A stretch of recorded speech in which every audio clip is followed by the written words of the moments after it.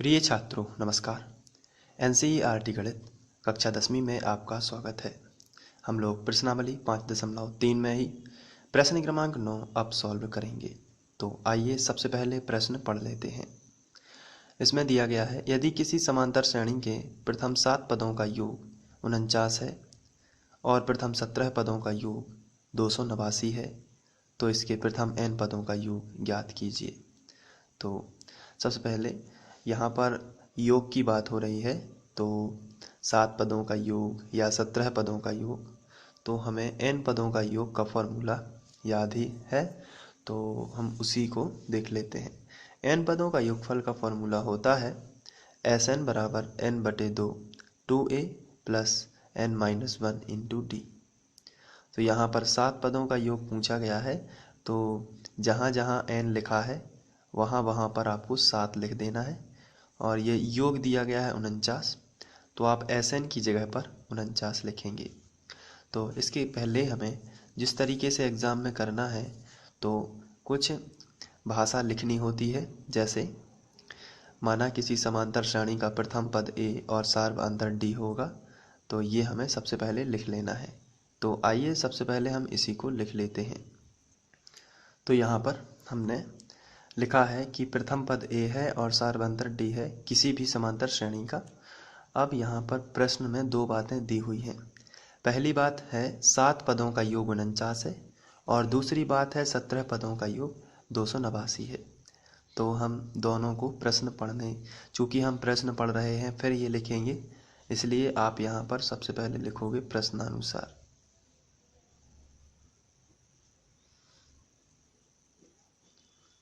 और 7 पदों का योग 49 है, तो मैंने आपको बताया है n पदों का योग होता है n/2 2a plus n-1 into D. तो 7 पदों का n 7/2 2a 7-1 इंटू डी और Sn जो है तो S7 दिया गया है 49। तो आप यहाँ पर 49 लिखेंगे और जहाँ जहाँ n लिखा है वहाँ आपको 7 लिख देना है। तो ये जो इस तरीके का कुछ बनेगा, आप दोनों का कंपैरिजन कर सकते हैं। यहाँ पर n है तो 7 पदों का योग 49 है, इसलिए S7 तो 49 हो जाएगा, लेकिन 7 पदों का योग है इसलिए जहाँ जहाँ n लिखा है आप देख सकते हैं वहाँ पे हमने 7 रखा है। बाकी 2a ज्यों का त्यों और d भी ज्यों का त्यों। यहाँ पर n था तो यहाँ पर हमने 7 रखा है, तो बाकी सब ज्यों का त्यों लिख देना है आपको। जहाँ पर n है केवल वहीं पर आपको 7 लिख देना है। तो अब हम प्रश्नानुसार करते हैं इसको सॉल्व। तो चूँकि हम इसको फर्स्ट शर्त भी बोल सकते हैं, तो फर्स्ट शर्त यानी पहली बात क्या है, 7 पदों का योग 49 है। तो 7 पदों का योग कितना होता है, तो ये होता है 7/2 2a प्लस 7-1 इंटू डी और ये कितना हो जाएगा 49। तो ये है, अब इसको सॉल्व कर लेते हैं। तो अभी 7/2 ज्यों का त्यों, अंदर 2a, ये प्लस है तो यहाँ पर भी प्लस लगा देते हैं। फिर 7 में -1 है, इसका मतलब 7 और 1, 7 में से 1 घट जाएगा तो 6 बचेगा और ये d अब 7 में लिख देते हैं बराबर 49। यहाँ पर ये जो 7 है 7/2, तो 2 जो है वो बटे में है और बटे वाली संख्या यहाँ पर पक्षांतर हो जाएगा तो गुणा में पहुँच जाएगी और ऊपर वाली संख्या यानी गुणा वाली संख्या बटे में पहुँच जाएगी। तो या फिर आप इस तरीके से कह सकते हैं, ये 2a प्लस 6d के साथ में ये 7/2 जो है ये गुणा में लिखा है तो ये 7/2 बटे में जाएगा, लेकिन यहाँ पर 49 लिखा है तो 49 के बटे में ये आ जाएगा 7/2, तो ये पलट जाएगा तो 49 7/2 गुणा में आ जाएगा 2/7, इस तरीके से। तो आप जिस तरीके से भी समझ पाए। चलिए, तो 7/2 का पक्षांतर करना है तो इसको नहीं लिखते हैं, फिर यहाँ से स्टार्ट करते हैं। 2a प्लस 6d बराबर 49। ये पहले ज्यों का त्यों लिखना है, यहाँ से लेके यहाँ तक ज्यों का त्यों लिखा। फिर 7/2 में बटे वाली संख्या गुणा में जाएगी ऊपर और गुणा वाली संख्या बटे में आएगी नीचे। बहुत ही सिंपल है। बटे वाली संख्या गुणा में जाएगी और गुणा वाली संख्या बटे में आएगी। यहाँ से 7 और 49 कैंसिल हो जाएंगे, तो 7 सदैया 49 हो जाएगा, तो 7 आया। तो अब हम यहाँ से लिख देते हैं 2a + 6d बराबर 7 सतैया 49, यानी 7 बार कैंसिल हुआ है, तो 7 दूनी 14 है। तो यहाँ पर 2 से हम भाग दे सकते हैं, क्योंकि यहाँ पर दोनों सभी 2 से कैंसिल हो रहे हैं, तो 2 एकम 2 हो जाएगा, यानी कि यहाँ पर a बचेगा। 2 तिया 6, यहाँ 3 बार चला जाएगा, 2 तिया 6 डी ज्यों का त्यों, और यहाँ पर 2 सत्ते 14। यहाँ से पूरे समीकरण में 2 से भाग दे दिया है। इसको हम समीकरण 1 बना सकते हैं। तो यहाँ पर आप लिख सकते हो पूरे समीकरण में 2 से भाग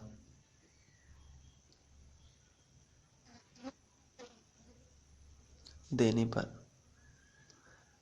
ये आप लिख सकते हैं। चलिए, ये तो थी शर्त 1, और यहाँ से शर्त 1 से हमने ये पूरा जमा लिया। अब सेकंड शर्त देख लेते हैं। तो पहले हम हेडिंग डाल देते हैं सेकंड शर्त से।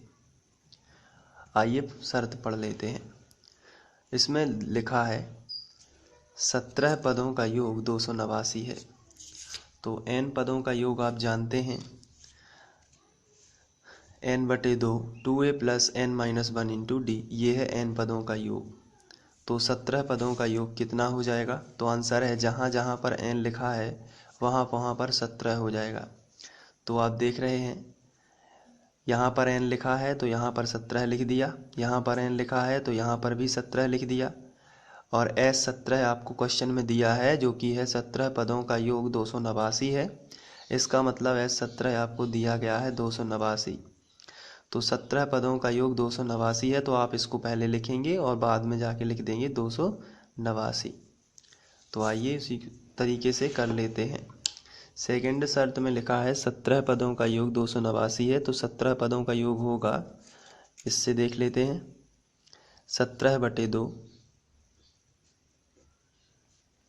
2a + n-1 होता है, लेकिन 17-1 लिखेंगे, क्योंकि यहाँ पर 17 पदों का योग हमें दिया गया है, और ये दिया गया है 289। तो हम यहाँ पर क्वेश्चन से देख लेंगे 289 हमें दिया गया है, तो इस तरीके से आपको लिख लेना है। अब इसको ज्यों का त्यों लिखते हैं 17/2, और अंदर का जोड़ना घटाना कर लेते हैं। 2a 17 में से 1 चला जाएगा तो कितना बचा? तो 16d बच जाएगा, ब्रैकेट कर देते हैं बंद, बराबर 289 ज्यों का त्यों। अब यहाँ पर बटे वाली संख्या गुणा में चली जाएगी और गुणा वाली संख्या बटे में चली जाएगी, तो इसका करना है पक्षांतर। पूरे के पूरे 17/2 का पक्षांतर करना है, इसलिए इसको आप अब नहीं लिखोगे और यहाँ से स्टार्ट करना है लिखना। 2a + 16d बराबर 289, इसको आपको लिख देना है। अब ये जो 17/2 है, इसको क्या करना है? पक्षांतर। तो यहाँ देखिए बटे में कितना है? 2। बटे वाली संख्या यहाँ पर पहुँच जाएगी गुणा में,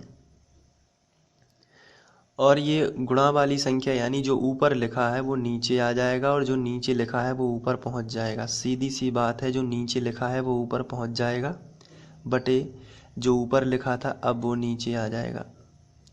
तो 17 17 289 होता है। ये आप गुणा करके भी पता कर सकते हैं, और 17 जो है उसका वर्ग होता है 289। तो आपके पास बचेगा 2a, इसको ज्यों का त्यों लिखिए, फिर 16d इसको भी ज्यों का त्यों लिखिए, और यहाँ पर 17 दूनी 34 आपको गुणा कर देना है, तो आपको 34 मिलेगा। इसमें भी 2 से भाग चला जाता है, 2 एकम 2, एक बार गया, प्लस 2 अट्ठे 16, 8 बार चला गया, फिर 17 दूनी 34, यानी 2 17 34, तो 17 बार चला गया। इसको आप समीकरण 2 देंगे, और यहाँ पर भी आप लिख सकते हो 2 से भाग करने पर। चलिए, यहाँ पर आप देख रहे हैं कि हमें समीकरण 1 व 2 मिल चुका है। ये समीकरण 1 है, ये समीकरण 2 है। तो दोनों समीकरणों को आप विलोपन विधि से या फिर आप घटा ही देंगे डायरेक्ट से, तो आप देख रहे हैं कि ये वाला a जो है और ये दोनों कैंसिल हो जाएंगे घटाने से, तो d का मान मिलेगा। तो आइए सबसे पहले हम समीकरण 1 व 2 को साथ साथ लिखते हैं, या फिर ऐसा भी लिख सकते हैं समीकरण 1 माइनस 2 से। तो चलिए लिख लेते हैं समीकरण 1 माइनस 2 से। तो अब यहाँ पर हम समीकरण 1 लिख लेते हैं पहले, जो कि हमने बनाया था a प्लस 3d बराबर 7। तो आपको क्या करना है कि सबसे पहले समीकरण 1 लिख लेना है और इसको नाम भी दे देना है कि ये समीकरण 1 है। और इसके बाद दूसरे नंबर पर जो बनाया था वो था a प्लस 8d बराबर 17। इसको आप समीकरण 2 नाम दे देते हैं। अब चूँकि यहाँ पर आपने लिखा है कि माइनस करना है, तो आप यहाँ पर हिंदी में भी लिख सकते हैं घटाने पर। तो जब आप घटाएंगे तो सिर्फ घटाने का नियम बहुत ही सिंपल होता है कि जो नीचे वाला समीकरण है केवल उसी के चिन्ह बदलिए, ऊपर वाले के नहीं बदलिए, ये नियम है। तो जो जिसमें भी चिन्ह नहीं लगा है वो पहले तो प्लस का है, ये भी प्लस का है, अब इनको बदलना है। तो घटाने का मुख्य नियम आपको याद रखना है, नीचे वाले समीकरण के सभी पदों के चिन्ह बदल देना है। जैसे ये धन का है तो इसको गोला लगाइए और इसको ऋण का कर दीजिए, ये भी धन का है इसको भी ऋण का करिए, और ये धन का है तो इसको भी ऋण का कर दीजिए और एक लाइन खींचना है। ऊपर वाला धन का है a और नीचे वाला ऋण का a है, तो दोनों तो कैंसिल हो जाएंगे, इसलिए तो हमने ये माइनस वाली प्रोसेस की है ताकि दोनों कैंसिल हो जाएं। अब यहाँ पर 8d और प्लस का 3d है, लेकिन माइनस का 8d है, तो माइनस जो बचेगा 8 में से 3 घटाइए, कितना आया 5, तो 5d, तो माइनस का 5d बचेगा। माइनस का इसलिए बचा है क्योंकि माइनस की संख्या बड़ी है, बराबर 17 में से 7 चले जाएंगे तो माइनस का 10 बच जाएगा। आपको हमेशा बड़ी संख्या में से छोटी संख्या घटानी है, हमेशा याद रखिए, चाहे कितनी भी हो, बड़ी में से छोटी घटती ही है, लेकिन चिन्ह हमेशा बड़ी संख्या का रहता है, या बड़ी संख्या जिसमें चिन्ह रहेगा वो बड़ी संख्या का ही रहेगा। जैसे यहाँ पर 17 में से आपने 7 घटाए तो आपको मिला 10, लेकिन चिन्ह तो माइनस का रहा। क्यों रहा माइनस का? क्योंकि 17 बड़ी संख्या थी तो उसका माइनस हम लगाएंगे। चलिए माइनस माइनस आप दोनों तरफ से आप कैंसिल कर दीजिए, तो बचेगा 5d बराबर 10, माइनस तो कैंसिल हो गए। अब d का मान निकालना है, इसलिए d के साथ में ये जो 5 है ये गुणा में है, तो गुणा वाली संख्या बटे में आ जाएगी, तो d बराबर आपको मिलेगा 10/5। बहुत ही सिंपल है। अब आप कैंसिल कर दीजिए, तो 5 दूनी 10, 2 बार भाग चला जाएगा, तो d का मान आपको कितना मिल गया? 2 मिला है। अब आपको d का मान तो मिल गया है और a का मान आप और निकाल सकते हो, कहाँ से? तो आंसर है समीकरण 1 में मान रख के, तो d का मान समीकरण 1 में रख दीजिए। तो यहाँ पे हम लिखेंगे d का मान समीकरण 1 में रखने पर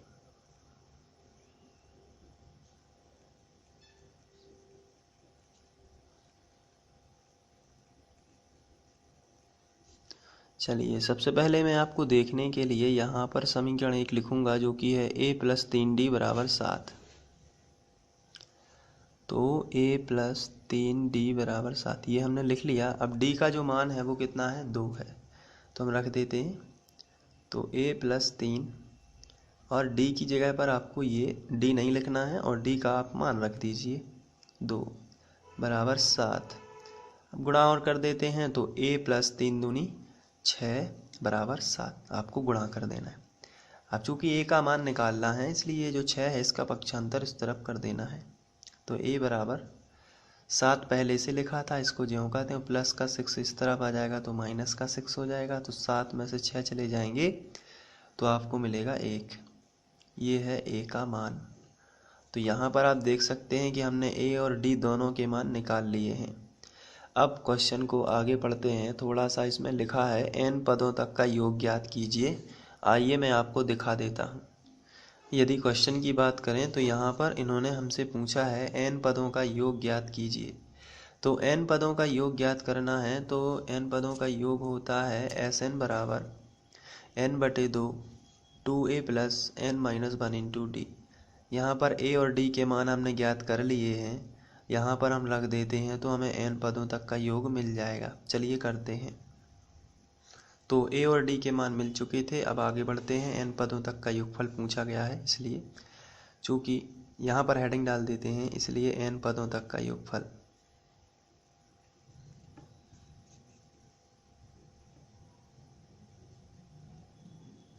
और इसका फॉर्मूला होता है Sn बराबर n/2 2a plus n minus 1 into D, ये फॉर्मूला होता है। अब a और d के केवल आपको मान रख देने हैं।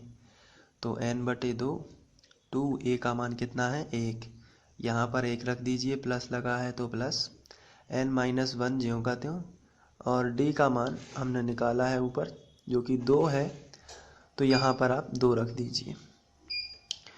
आगे बढ़ते हैं। तो n/2 2 एकम 2 प्लस 2 एकम 2 का n में गुणा करेंगे तो 2n हो जाएगा माइनस 2।